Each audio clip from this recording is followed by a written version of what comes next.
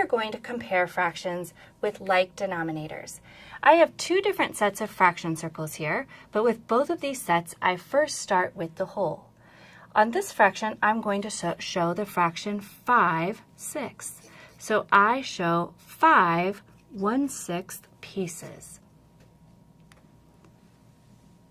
On this fraction, I'm going to show 4/6. So I show 4 1/6 pieces. And then when I have these compared side by side, I can see that 5/6 is greater than 4/6. Now I can also do this with the length model of fractions using the Cuisenaire rods. So here I'll start with a fraction with 6 equal parts, and here I'll start with a fraction with 6 equal parts. I want to show 5/6 with this model and 4/6 with this model. So here I can also see that 5/6 is greater than 4/6.